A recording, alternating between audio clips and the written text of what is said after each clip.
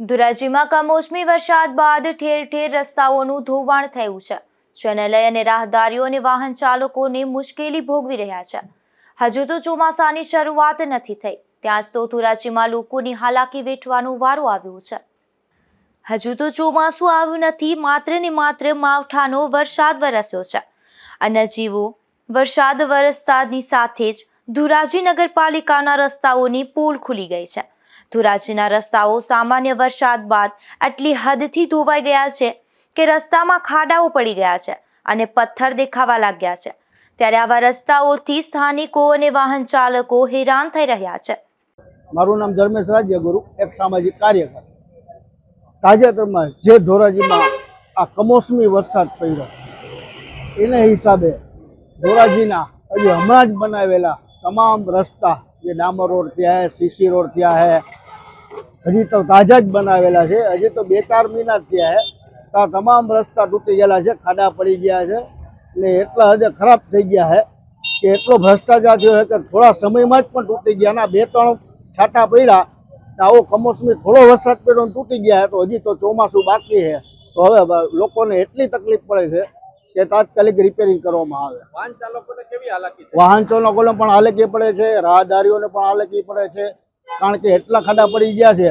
ને જોવાની ખૂબી તો એ છે કે હજી હમણાં જ બનાવેલા છે ને તૂટી ગયા છે, એટલે મને તો એવું લાગે કે એમાં પૂરેપૂરો ભ્રષ્ટાચાર થયો છે. મારું નામ સલીમ મુગલ. હાલ ધોરાજી શહેરમાં સામાન્ય માવઠાને કારણે ધોરાજી શહેરના વિવિધ રોડ રસ્તાનું ધોવાણ થયું છે.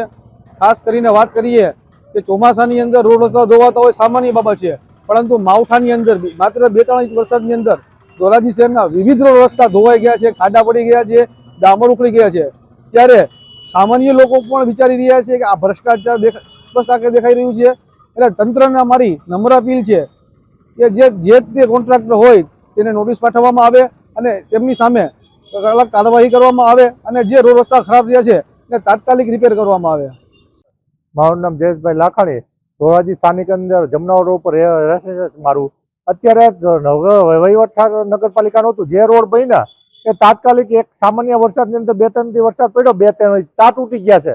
કારણ કે રોડ કઈ રીતે બને છે, કઈ રીતના એન્જિનિયર, કઈ રીતે મટીરિયલ છે, એની કોઈ માર્ગદર્શિતા નથી. અને કોઈ કોન્ટ્રાક્ટર રોડનું કામ કરે ત્યારે નગરપાલિકાનું વહીવટી શાસન હતું ત્યારે એના એન્જિનિયર કોઈ હતા જ નહીં, અને હોય તોય થોડીક વાર રહીને વયા જાય છે.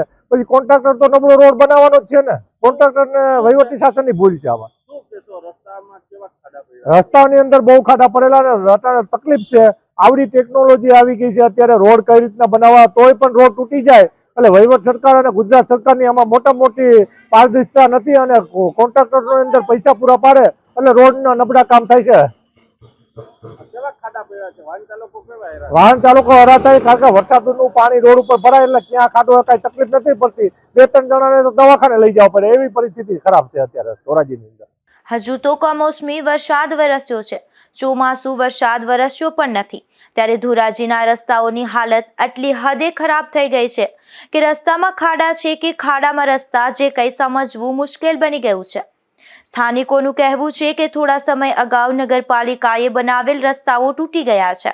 ત્યારે સામાન્ય વરસાદમાં જે સ્થિતિ થઈ, જે વાતની સાબિતી આપે છે કે રોડ રસ્તા બનાવવાના કામમાં કોન્ટ્રાક્ટરો દ્વારા નબળી ગુણવત્તાવાળું મટીરિયલ વાપરવામાં આવ્યું હોય, જેને કારણે રસ્તા ઉપર ખાડા પડી ગયા છે અને રસ્તાઓનું ધોવાણ થયું છે.